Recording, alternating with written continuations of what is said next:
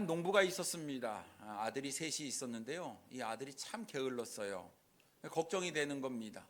어떻게 이 아이들이 좀 자기 앞날은 헤쳐서 좀 살아가야 될 텐데 너무 게을러가지고 좀 문제가 되는 것이죠.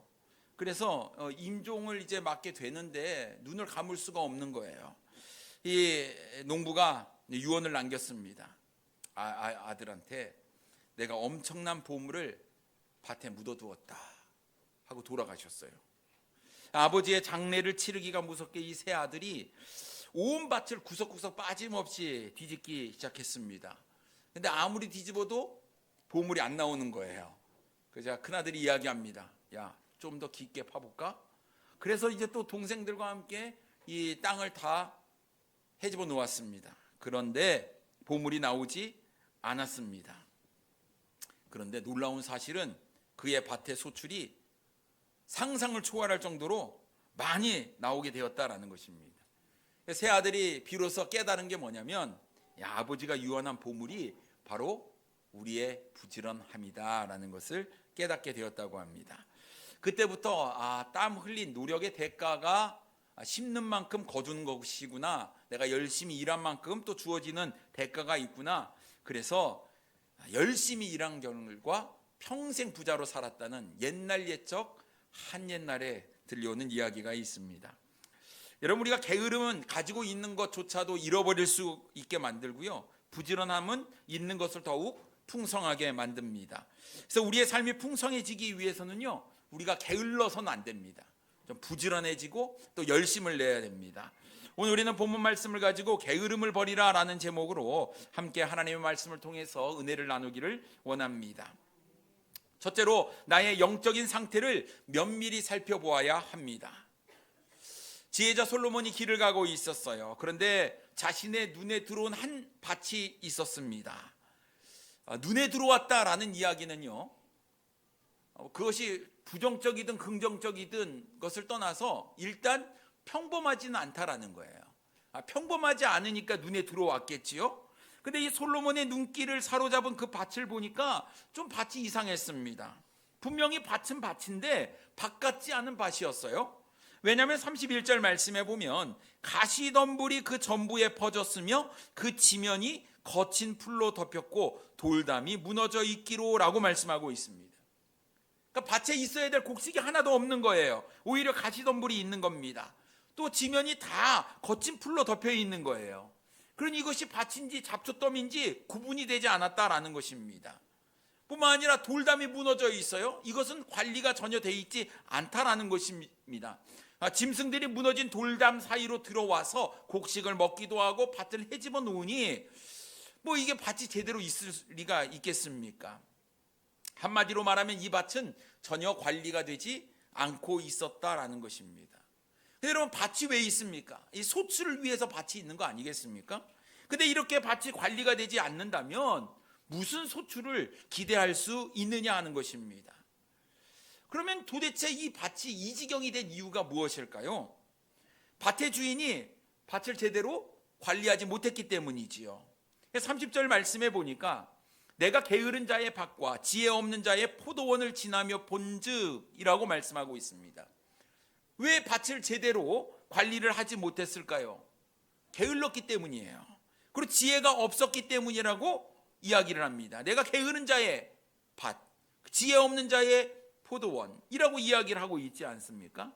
그러니까 솔로몬이 그 잡초로 거친 가시덤불로 또 돌담이 무너진 이 밭을 딱 보자마자 한눈에 깨달은 게 뭐냐면 이 밭의 주인은 게으르다, 이런 생각이 딱 들었다라는 것입니다. 그런데 그냥 그것을 보고 지나간 게 아니고 여기에서 영적인 깨달음을 얻게 되었어요. 32절 말씀에 보면 내가 보고 생각이 깊었고 내가 보고 훈계를 받았노라 라고 말씀하고 있습니다. 여러분, 그냥 무심코 지나갈 수 있는 거 아니겠습니까? 밭이 그냥 그렇네. 참 주인이 이거 얼마나 게을렀으면 이 밭을 좀 이렇게 부지런하게 일해서 좀 소출을 얻을 수 있도록 만들어야 되는 거 아닌가 하고 지나갈 수도 있었는데 이 밭을 보면서 그가 영적인 지혜, 깨달음을 얻게 되었다라고 이야기를 하고 있습니다. 그러면 사랑하는 성도님 한번 생각해 보십시오. 지혜로운 사람은 그냥 지나쳐 보지 않는다라는 거예요. 뭔가를 볼 때 그 집중해서 보고 내가 어떤 상황이나 무엇인가를 통해서 깨달음을 얻을 수 있다라는 것이죠. 작은 것을 그냥 지나치지 않습니다. 무슨 일을 해도 허술하게 하지 않는 거예요.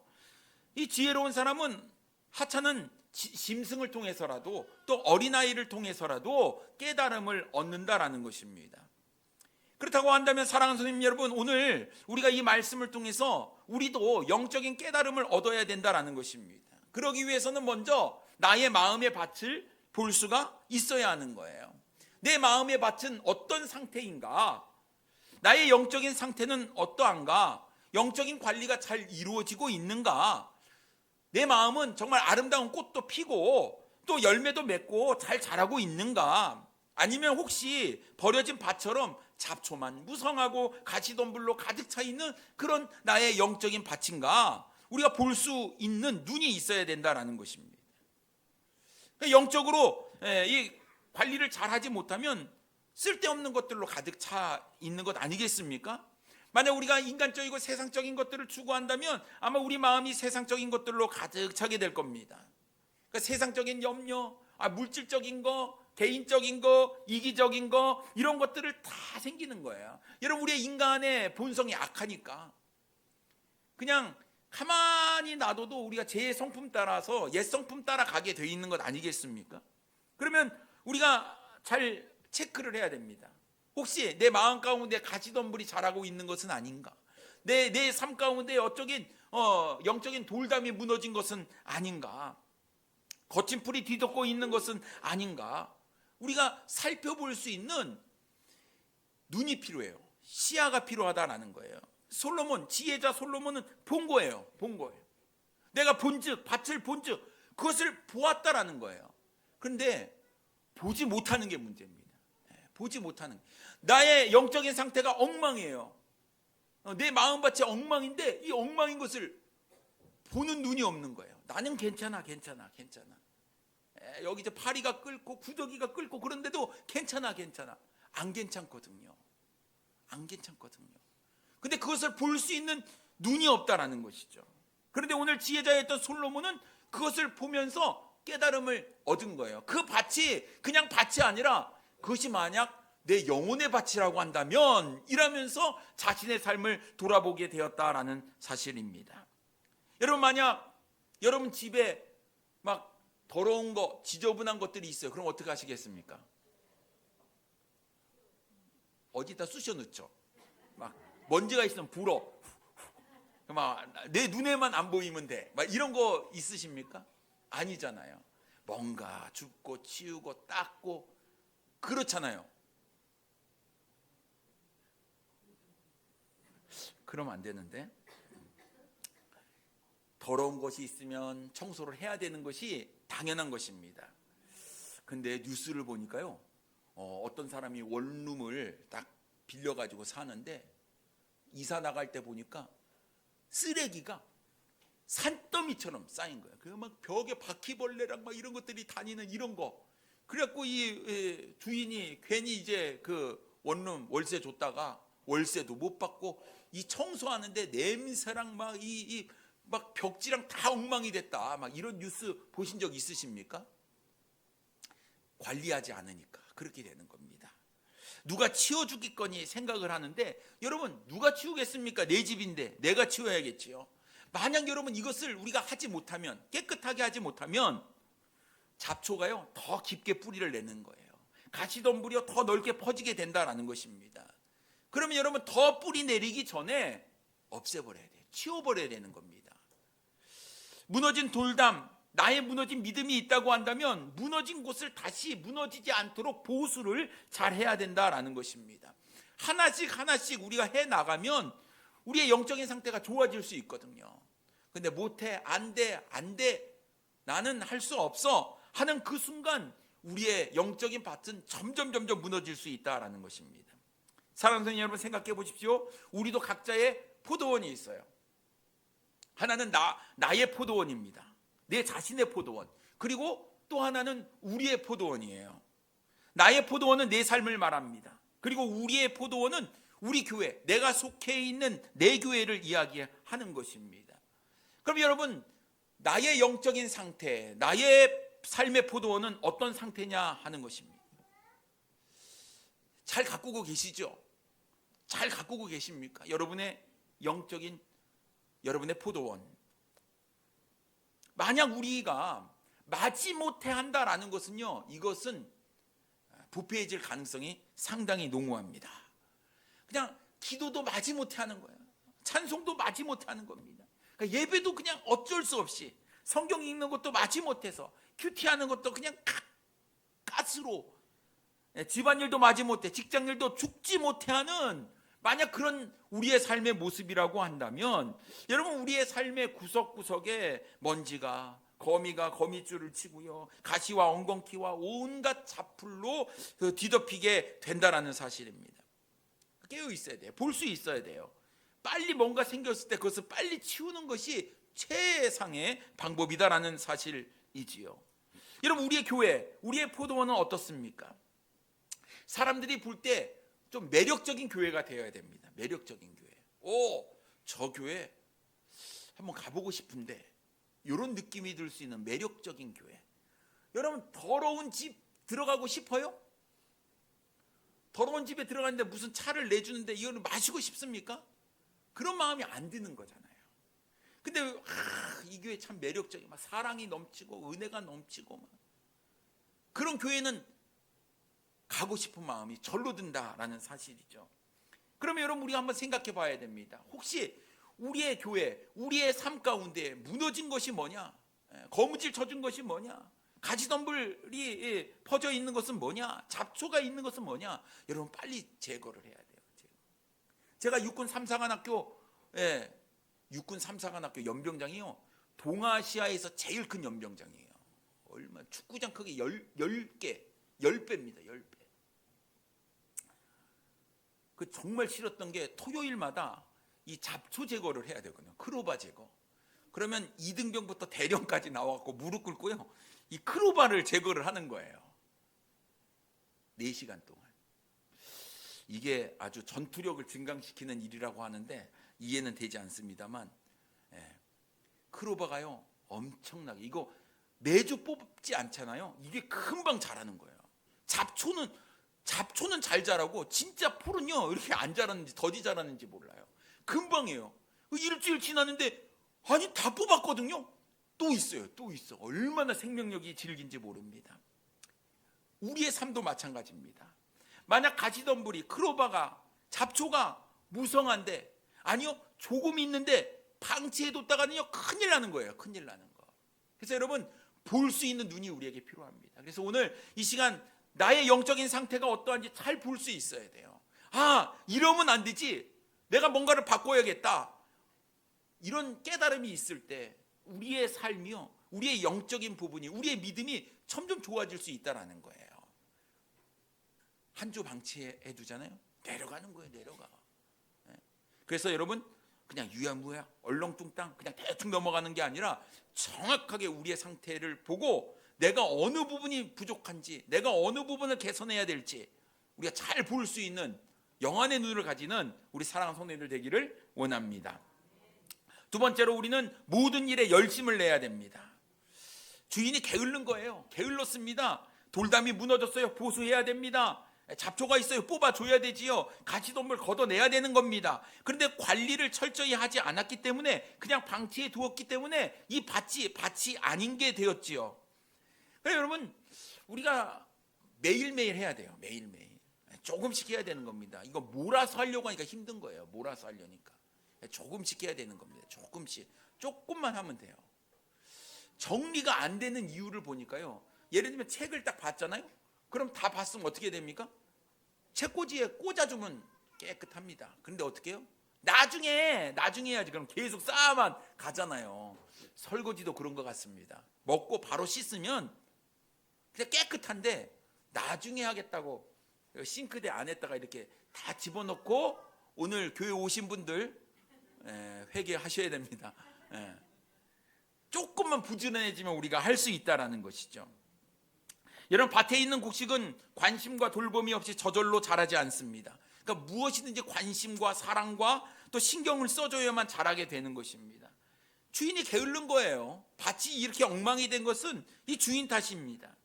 그 엉망이 된 것을 봤거든요. 아유, 다음에 하지 뭐. 다음이 또 다음이 되고요. 그 다음이 또 다음이 되는 거예요. 그래, 관리가 안 된다라는 것입니다. 이 주인의 모습이 어떻습니까? 33절에 좀 더 자자, 좀 더 졸자, 손을 모으고 좀 더 누워 있자 하니 라고 말씀합니다. 한마디로 말해서 게을르다라는 거예요. 게을르다. 여러분, 사람이 점점 편해지려고 하지 않습니까? 요즘은 이제 손가락 까딱도 하기 싫어한, 이렇게 무더운데 점점 더 게으러질 수밖에 없다라는 것이에요. 그 옛날 분들은 진짜 부지런했던 것 같습니다. 애도 들쳐 없고 뭐 겨울에 뭐 찬물 가서 뭐 이거 뭐 옛날 얘기 한다고 막 그러겠지만 말입니다. 참 부지런했던 것 같아요. 열심히 있고 삶이 윤택해지고 편해지면서 우리가 좀 게을러지지 않나 싶습니다. 그런데 우리가 좀 더 자자, 좀 더 졸자, 좀 더 손을 모으고 눕자 하면 34절에 어떤 결과가 온다고 이야기합니까? 내 빈궁이 강도같이 오며 내 곰핍이 군사같이 이르리라 라고 말씀하고 있습니다. 결국요, 열심을 내지 않고 게으르면 망한다, 성경은 이야기하고 있습니다. 여러분, 우리의 삶도 마찬가지지만 영적인 우리의 믿음도 마찬가지다라는 것입니다.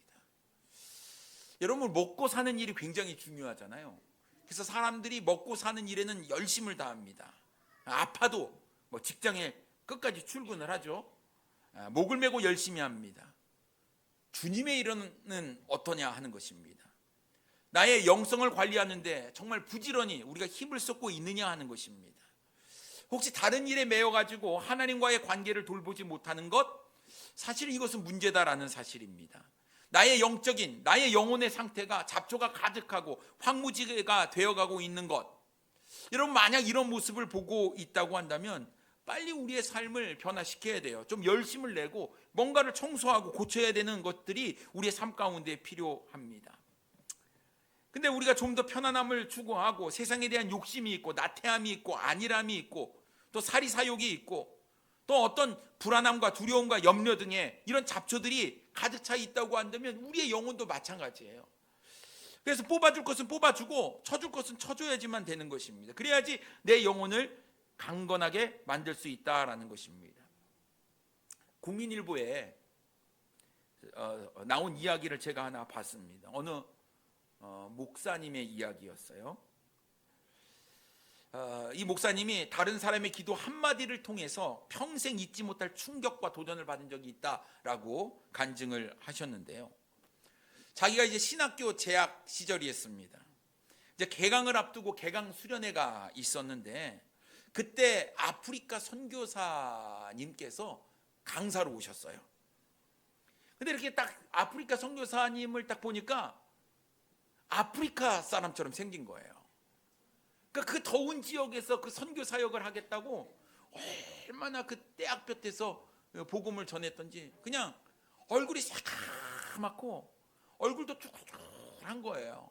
누가 봐도 야, 이 선교사님 참 고생을 많이 하셨겠다라는 생각이 들었다라는 것입니다. 근데 설교를 시작하기 전에 이 선교사님이 기도를 딱 하시는데 이렇게 기도를 했다고 합니다. 주님, 우리에게 피곤할 특권을 주셔서 감사합니다. 우리가 주를 위해 좀 더 피곤하게 하옵소서. 이렇게 기도를 했다는 거예요. 근데 그 순간 이 목사님이 그 학생이었을 때, 신학생이었을 때 주를 위해 피곤할 수 있는 특권, 누가 주님을 위해서 이 피곤한 일을 감당하겠는가, 이거는 특권이라고 생각을 한 거죠. 이 선교사님이 정말 주님을 위해서 하는 일이 정말 피곤한 일이지만 이것이 나에게 특권이라고 주어졌기 때문에 자신의 삶을 들여서 그 일을 했다는 거예요. 근데 여러분, 이 사회에서 우리가 성공하기 위해서 정말 열심히 일하는데 정말 주님을 위해서, 우리의 믿음을 위해서는 얼마나 열심히 일하느냐, 그때 깨닫게 되었다라는 것입니다. 여러분, 주님을 위해서 열심히 섬기고 일하십니까? 열정을 가지고 있으십니까? 정말 세상에서는 그렇게 열심을 다하면서도 우리가 주님을 위해서는 점점 게을러지는 것은 아닌가 하는 것입니다.